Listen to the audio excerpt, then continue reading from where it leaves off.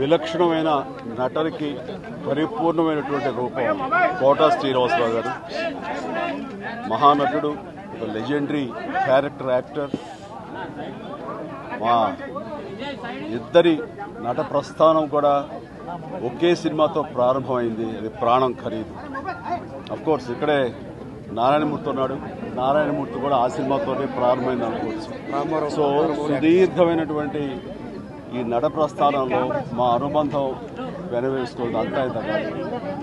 ఆయనతో నటిస్తున్నప్పుడు తెర మీద ఆయన నటనను చూసి అద్భుతం అనుకోవడం వేరు, వ్యక్తిగతంగా 1-to-1 కూర్చున్నప్పుడు ఆయన చేసే చమత్కారాలు కానీ చెప్పే జోకులు కానీ అవి ఆద్యంతం చాలా ఉత్సాహపరుస్తుంది. ఆయనతో షూటింగ్ ఉందంటే కనుక ఇవాళ కోటా శ్రీనివాసరావు గారు ఉన్నారు, ఇవాళ చాలా హుషారుగా బాగుంటుందని ఉత్సాహంతో వెళ్ళేవాళ్ళం. అలాగా ఆయనతోటి ఒక అనుబంధం పెనవేసుకు వెళ్ళింది. ఇంకా ఆయన చేయలేని క్యారెక్టరు, చేయని క్యారెక్టరు, మాట్లాడని యాస మాండలికాలు లేవనే చెప్పాలి. అంతగా పరిపూర్ణమైనటువంటి నటన. నాటక రంగం నుంచి వచ్చి సినిమా రంగంలో తనకంటూ ప్రత్యేకమైన స్థానం ఏర్పరచినటువంటి గొప్ప నటుడు. ఆయనతోటి నాకు ఎన్నో సినిమాల అనుబంధం ఉంది. ప్రతి సినిమా ఒక్కొక్క అద్భుతమైనటువంటి నాకు ప్రత్యేకం. అండ్ అలాంటి మా కోటా శ్రీనివాసరావు గారు ఈ రోజున లేరు అనుకోవటం అనేది నిజంగా చాలా తీరని లోటు. అండ్ ఇది వాళ్ళ కుటుంబానికి, పరిశ్రమకి తీరని లోటు. అలాంటి మహానటుడు, అలాంటి వైవిధ్య పాత్రలు పోషించేటటువంటి విలక్షణమైన నటుడు మళ్ళీ వస్తారని అనుకోవటం లేదు. అలాంటి నటుడు మనకు దొరకరేమో కూడా, ఉండరేమో కూడా. అది ఎవరు పూర్తి చేయటువంటి చాలా భారీ నష్టం ఈ పరిశ్రమకి. వారి ఆత్మనికి శాంతి చేకూరాలని ఆ భగవంతుని ప్రార్థిస్తూ వారి కుటుంబ సభ్యులకి ప్రతి ఒక్కరికి నా ప్రగాఢ సానుభూతిని తెలియజేస్తున్నాను. నిన్నగా మొన్ననే ఫోన్ చేశాను, మొన్న సాయంత్రం ఒక షూటింగ్ సందర్భంగా ఫోన్ చేస్తే ఎక్కడున్నావురా అన్నాడు. వాళ్ళ దగ్గర ఉన్నా అన్న. అరే ఎప్పుడు వస్తావురా అంటే రేపు వస్తానా అన్న. అంటే చాలా బాగా మాట్లాడాడు. మామూలు జోక్ ఆ సార్లేవో ఇవన్నీ ఉంటాయి కదా బాయ్, ఆ సెటైర్లతోనే మాట్లాడుకున్నాము ఒక 2 నిమిషాలు. నాకు షార్ట్ రెడీ అన్నా, నేను సాయంత్రం మాట్లాడతా మళ్ళీ అని సాయంత్రం చేస్తే పడుకున్నారు. అదేదో మందు వేశాడు డాక్టర్ గారు అని చెప్పారు. పెద్దమ్మాయి చెప్పింది, కోటన్న పెద్దమ్మాయి. సరేలే నేను రేపు వస్తున్నానని చెప్పు, లేకుంటే ఎల్లుండి పొద్దున వస్తానమ్మా అని చెప్పిన. రమ్మన్నాడంట. కానీ నేను వచ్చేసరికి ఆయన లేడండి, వెళ్ళిపోయాడు.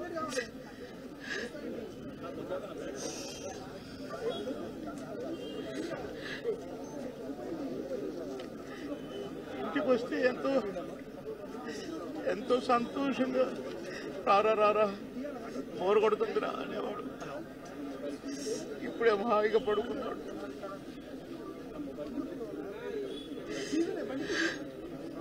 సొంత అన్నదమ్ముడు, కోటన్నకు తమ్ముడు ఉన్నాడు, కానీ నేనే అసలు తమ్ముడుగా ఫీల్ అయ్యేవాడు. ఎన్నోసార్లు ఒకే ప్లేట్లో భోజనం చేశాం. అన్నం ముద్దలు కలిపెట్టేవాడు. తినబాయ్ టైం తక్కువదిరా అని అనేవాడు.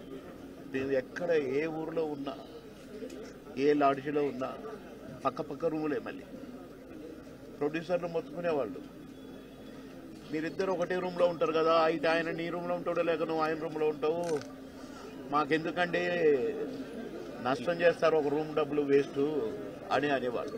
మా కుటుంబానికి వారికి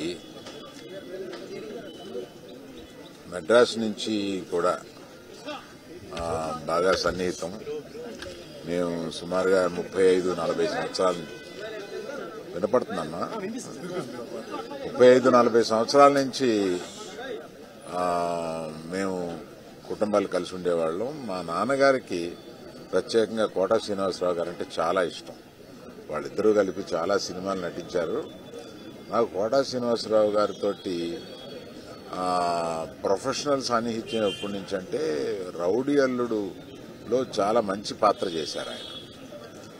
ఆ పాత్ర పోషించిన దగ్గర నుంచి ఆయనకి కూడా కెరీర్లో ఒక మంచిది రావడమే కాకుండా సినిమా కూడా బాగా పోయింది. ఆయనతో ఇప్పుడు చాలా టైం గడిపేవాళ్ళం. ఆయనతో టైం గడిపితే తెలియదు. చాలా సరదాగా, చాలా చలుక్తులు వేసి చాలా బాగా మాట్లాడతారు ఆయన. అటువంటి మా కుటుంబానికి సన్నిహితుడు. అదే కాకుండా ప్రభాకర్ గారని ఆయన అల్లుడు నా దగ్గర 30 సంవత్సరాలుగా ఉంటున్నారు. అది ఒక బంధం మాకు. అప్పుడప్పుడు ఈయన గురించి అడుగుతూ ఉంటారు. ఇవన్నీ కాకుండా వారి పర్సనాలిటీని మర్చిపోలేం. ఎప్పుడు ఆయనతోటి I look forward to spend time with him. అటువంటి ఆయన ఇవాళ లేరు. ఆయన కుటుంబానికి నా ప్రగాఢ సానుభూతి తెలియజేస్తాను.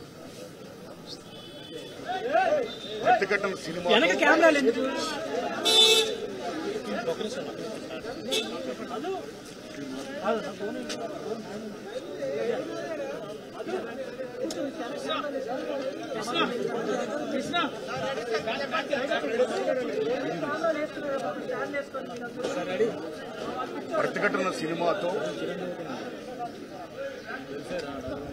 అందులో ఆయన యొక్క మహాద్భుత నటనతో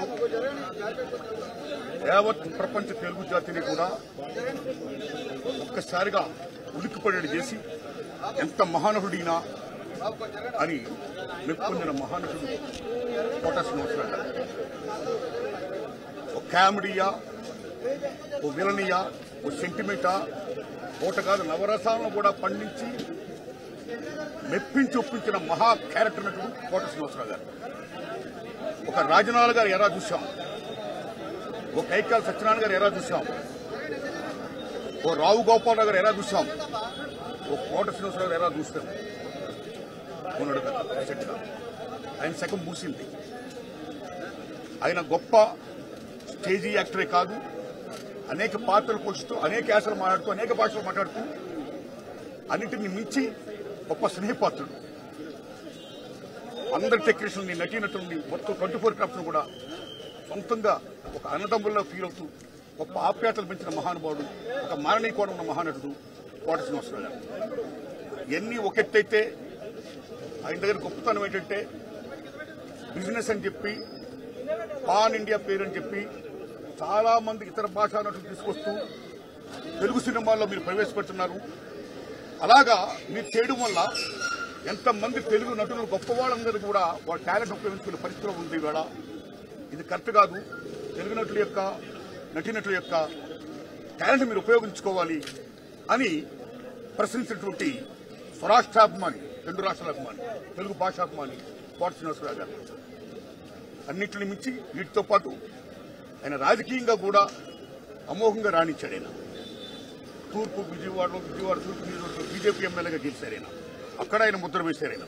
ఆయన కమిట్మెంట్కి రాజకీయ పరంగాన, సామాజిక పరంగాన, కళారంగంగాన, ఏ రంగంగానే సరే ఆయన కమిట్మెంట్కి హ్యాట్సప్ చెప్తూ ఆయన లేని లోటు తెలుగు సినిమా పరిశ్రమకి పోర్చలేనిది. మహాకవి ఆశ్చర్యగా చెప్పినట్టు పోయినోళ్ళందరూ మంచోళ్ళు, ఉన్నోళ్ళు పోయినోళ్ళు తీర్పుర్తులుగా, ఆయన తీర్పుర్తులుగా మనందరం ఉంటూ ఆయన ఆశించిన గొప్ప తెలుగు పరిశ్రమ అభివృద్ధి యొక్క ఆ దశకి, ఆ ఉచ్చ దశకి చేరుకోవాలని పయనించాలని కోరుకుంటూ God bless his soul, God bless us. చాలా బాధ కలిగించింది. ఇప్పుడు బాబు మోహన్ గారు కానీ, కోట గారు కానీ ఇప్పుడు యాదృచ్ఛికంగా వారు కూడా ఇక్కడ ఉండడం జరిగింది. అందరికీ కూడా ఒక కుటుంబ సభ్యుడు, నాకు ఇష్టమైన వ్యక్తి, ఏదైనా అభిప్రాయం చెప్పాలంటే నిర్మమాటంగా చెప్పగలిగే వ్యక్తి. ఆయన్ని చిత్ర పరిశ్రమ కోల్పోవడం చాలా లోటు, చాలా వెలితి ఉంది. ఇది లాస్ట్ మేము అథారిటీ దారేది యాక్ట్ చేసేటప్పుడు కూడా ఆయన నాకు ప్రత్యేకించి ఒకటే చెప్పారు, మీరు ఇబ్బంది పడుతున్నారంటే నేను చనిపోయే వరకు యాక్టింగ్ చేయాలనుకుంటున్నాను. అక్కడమ్మా ఇక్కడ మొట్టమొదటి సినిమా అక్కడమ్మా ఇక్కడ అబ్బాయి నుంచి అథారిటీ దారేది వరకు నాకు ఆయనతో మంచి అనుబంధం ఉంది. ఇప్పుడు 10 మంది బాధను ఆకాంక్షించేవాళ్ళు. ఆయన ప్రత్యేకించి నేను అడిగాను, మీరు ఇంత ఈ వయసులో ఇబ్బంది పడలేదు. లేదు, నా కష్టాలను అధిగమించడానికి నాకు నటనే నాకు మరుపు ఇది నాకు అని చాలా ఇదిగా చెప్పారు. నాకు బాగా కదిలించేసింది. అలాంటి వ్యక్తి ఎంతమంది పరిణి చెందిన నటులు ఉన్నా కానీ ఆయన విశిష్టమైన శైలి, గొప్ప నటులు. ముఖ్యంగా బాబు మోహన్ గారు, ఆయన కాంబినేషన్ మటుకు మేమందరం విపరీతంగా ఎంజాయ్ చేసేవాళ్ళం. మానవతావాది, విలక్షణమైన పాత్రలను పోషించి మెప్పించి ప్రజల యొక్క అభిమానాన్ని పొందిన మహానటుడు. వందలాది సినిమాలో నటించి అటు విలన్ పాత్రలో ఇటు విలక్షణమైన యాక్టర్ పాత్రలో ఆఖరి వరకు కూడా ఆయన సినిమాల్లో కనబడితే కాస్త హాస్యం పడుతుంది అనే విధంగా వారి సినిమాలు ఉండేవి. దాంతోపాటు వారు హయాంలో భారతీయ జనతా పార్టీలో చేరి విజయవాడ నగరం నుంచి శాసనసభ్యుడిగా ఎన్నికై ఇక్కడ కూడా చురుగ్గా కార్యక్రమాల్లో పాల్గొంటుండేవాడు. ఆ మధ్యకాలంలో వారి కుమారుడు అకాల మరణంతో ఆయన బాగా కుంగిపోయాడు.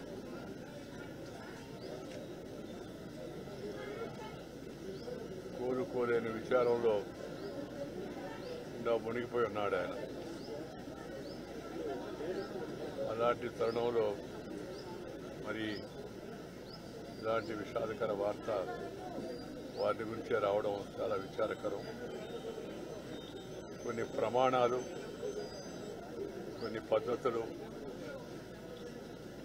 మంచి సంస్కారం కలిగిన ఒక మంచి నటుడిని తెలుగు చలనచిత్ర పరిశ్రమ కోల్పోవడం చాలా విచారకరం.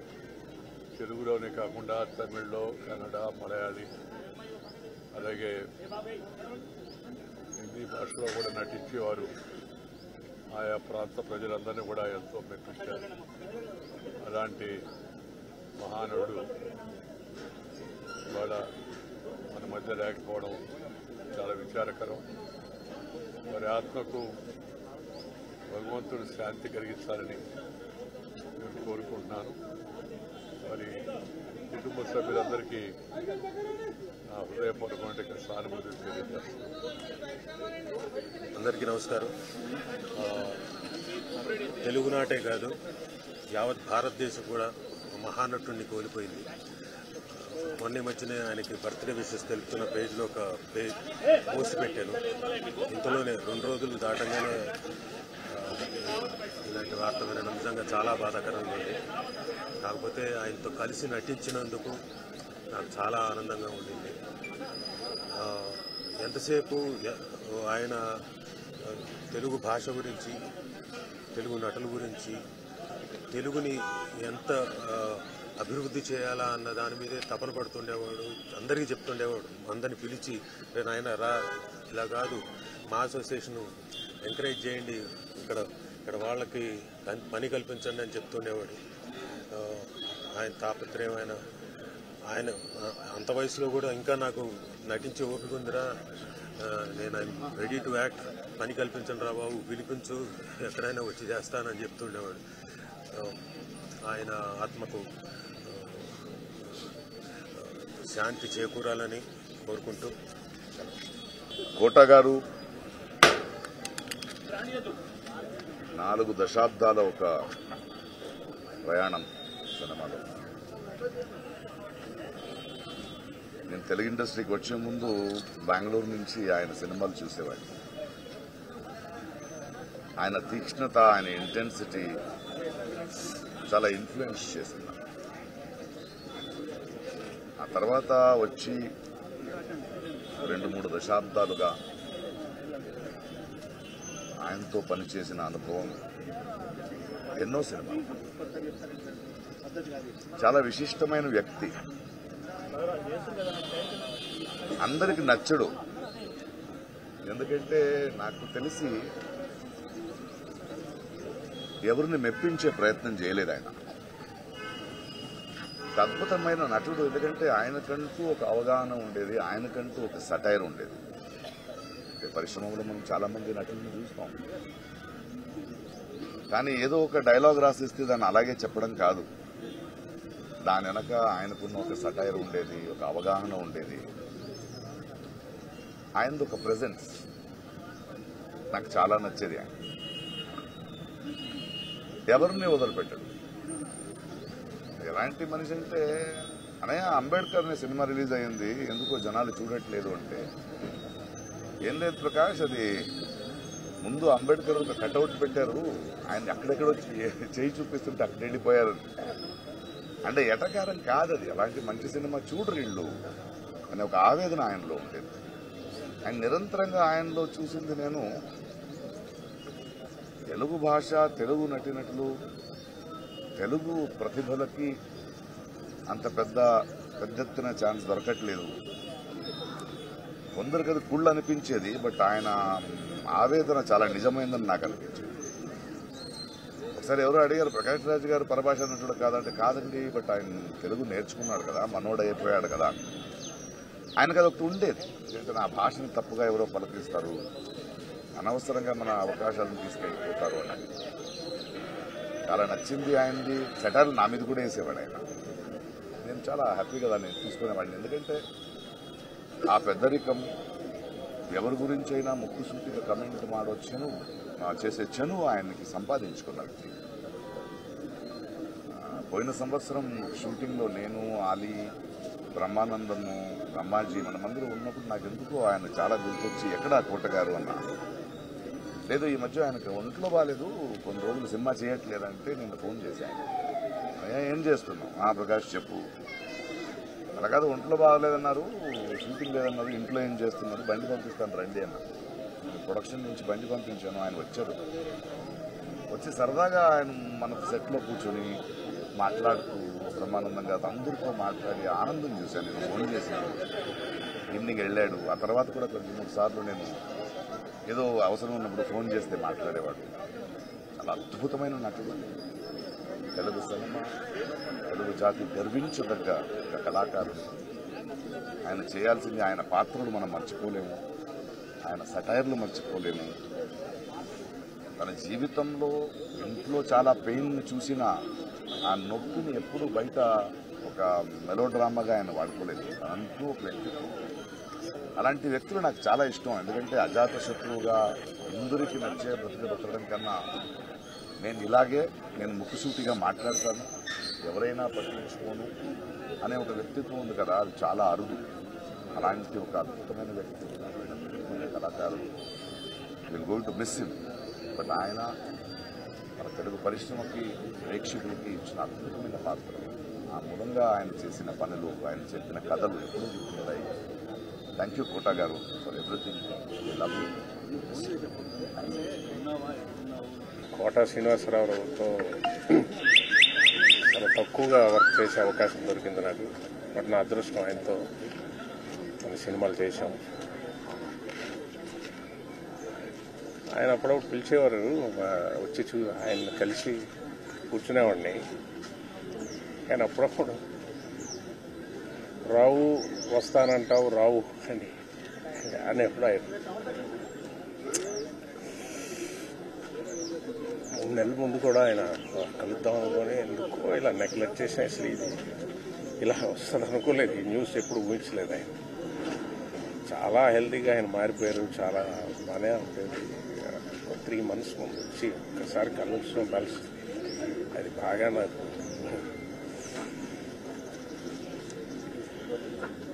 ఆయన అచీవ్ చేయందేం లేదు, చూడందేం లేదు. నాతో అనేవారు, రావు నేను తాగంది విషయం ఒకటి, చేయంది మటర్ ఒకటే అని. ఆయన అచీవ్ చేయండి అందుకొని శిఖరాలు కానీ నటుడు కానీ ఏమీ లేదు. తెలుగు వాళ్ళందరికీ అవకాశాలు ఉండాలని కోరుకునే ఒక గొప్ప వ్యక్తి. తెలుగుదనంలో ఒక మహానటుడు. తెలుగు ఏం చెప్పాలి, తెలుగుకైనా ఇది డిక్షనరీ మనకి. ఆయన చేయని క్యారెక్టర్స్ లేదు. తెలుగు వాళ్ళకి రావాలని అవకాశం ఎప్పుడు దానికోసం మాట్లాడే వ్యక్తి. ఎప్పుడు కలిసినా ఆ ఫైర్, ఆ ఎనర్జీ అంత అచీవ్ చేసి, అన్ని క్యారెక్టర్స్ చేసి, అంత ఎదిగి ఎప్పుడు యాక్టింగ్ గురించి, ఫైర్ గురించి, ఇలా చేశాడు, వాడు అలా చేశాడు, ఇలా చేయాల్సింది, ఇదేంటి నేను ఇచ్చేసాను, నటన గురించి 24 గంటలు అంత ఫైర్. ఆయనకి అంత ఏజ్లో కూడా ఎలాగుంది. ఆయన ఒక ఆశ్చర్యం, ఇన్స్పిరేషన్ ఇచ్చే ఒక మహానటుడు.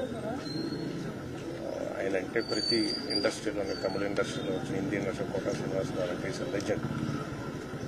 ఒకటి ఏంటంటే ఆయన ఇంకా అచీవ్ చేయడానికి లేనంత స్థాయిలో ఆయన చేసిన పాత్రలు. ఆయన్ని ఒక ఇలా చూడాల్సి వచ్చింది.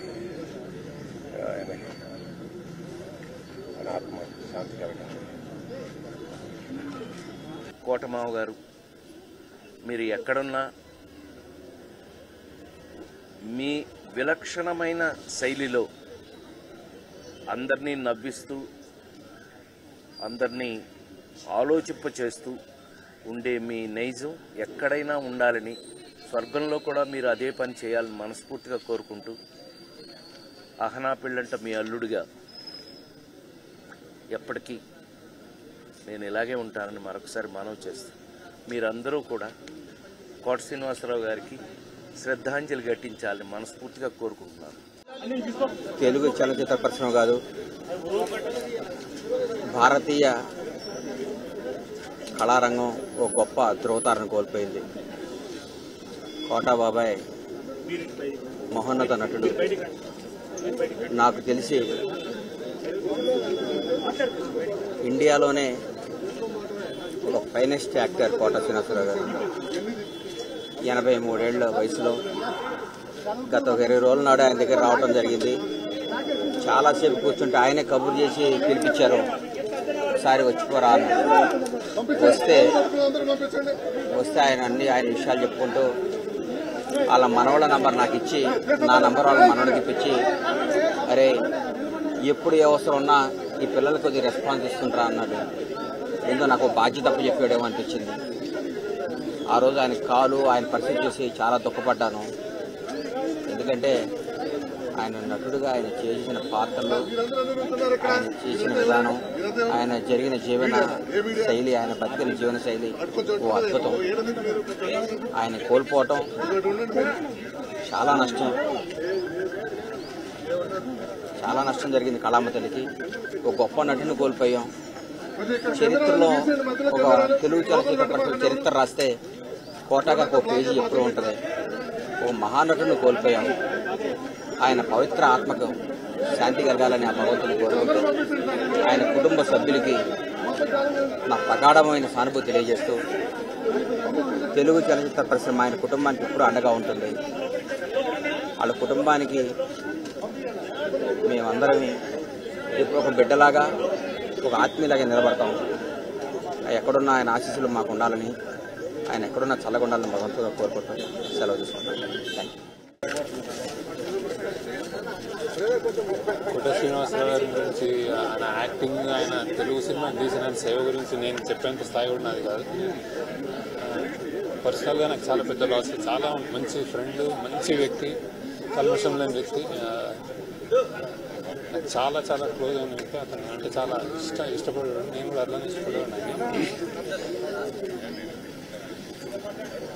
ప్రొడ్యూసర్కి, డైరెక్టర్కి ఆయన అసలు ఎంత ఫ్రెండ్లీ యాక్టర్ అంటే ఏదైనా చేసేవాడు. కాల్ షీట్ కానీ, డబ్బు కానీ, అసలు సినిమా కోసం, తెలుగు సినిమా కోసం, తెలుగు ప్రొడ్యూసర్స్ కోసం కానీ ఆయన ఏదైనా చేయడం రెడీగా ఉండేవాడు. అంత మంచి వ్యక్తి. ఆయన లేని రోడ్ తీర్చలేం. పర్సనల్ లాస్ ఆయన ఆత్మ శాంతి కలగాలని మనస్ఫూర్తిగా